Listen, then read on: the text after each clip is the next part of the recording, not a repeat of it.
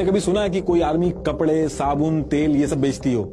ये दुनिया की अकेली आर्मी है जो सीमेंट, कपड़े, मीट, इंश्योरेंस, रियल एस्टेट ये सब बेचती है। इनकी आर्मी पाकिस्तान की रियल एस्टेट को कंट्रोल करती है और हर जनरल को रिटायरमेंट के बाद प्लॉट पे प्लॉट मिलते हैं।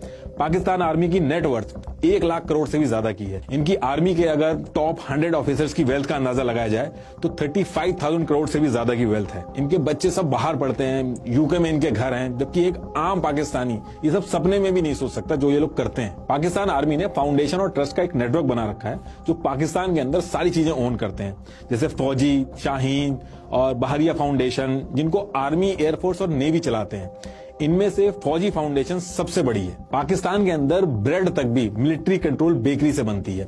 पाकिस्तान के बैंक को भी आर्मी ओन करती है और हैवी इंडस्ट्री का 1/3 और टोटल प्राइवेट एसेट का 7% हिस्सा आर्मी ओन करती है। पहले कमाते हैं और फिर लॉ में अमेंडमेंट करा के अपना फायदा करवाते हैं। आर्मी वेलफेयर ट्रस्ट और फौजी फाउंडेशन को इनकम टैक्स से भी छूट मिलती है और इस वजह से इनके सामने जो प्राइवेट कंपनीज है वो इनके सामने टिक नहीं पाती हैं। इनकी आर्मी के पास पावर और पैसा दोनों है। आप कभी नहीं देखोगे कि एक गरीब देश की आर्मी इतनी अमीर है।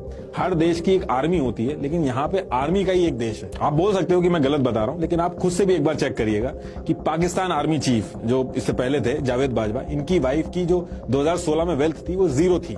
जब जनरल साहब रिटायर हुए तो उनकी वाइफ की वेल्थ 220 करोड़ हो गई। उनकी वाइफ इतने टाइम में ऐसा कौन सा बिजनेस कर रही थी कि उनकी वेल्थ इतनी हो गई? और अगर पूरी बाजवा फैमिली की वेल्थ को देखा जाए तो 1270 करोड़ हो गई। ये लोग ऐसा कौन सा खजाना खोद रहे हैं जो इनकी वेल्थ इतनी ज्यादा हो गई है? सैलरी जोड़ दो आप, उसके हिसाब से इतनी वेल्थ नहीं बैठती है, लेकिन उसके बाद भी इतना पैसा आ कहां से रहा है? तो आप थोड़ा सा भी कॉमन सेंस लगाओगे तो आपको पता चल जाएगा कि कुछ तो गड़बड़ है इसमें। लेकिन ये सारी चीजें क्वेश्चन तब हो पाएंगी जब मीडिया ये सारे क्वेश्चन लेके आए। लेकिन मीडिया और सुप्रीम कोर्ट वगैरह हर जगह इनका कंट्रोल है। मल्टीपल ऑब्जर्वर्स का ये मानना है कि अगर पाकिस्तान की इकोनॉमी को ग्रो करना है तो इकोनॉमी में पाकिस्तान आर्मी का रोल जो है वो खत्म करना होगा।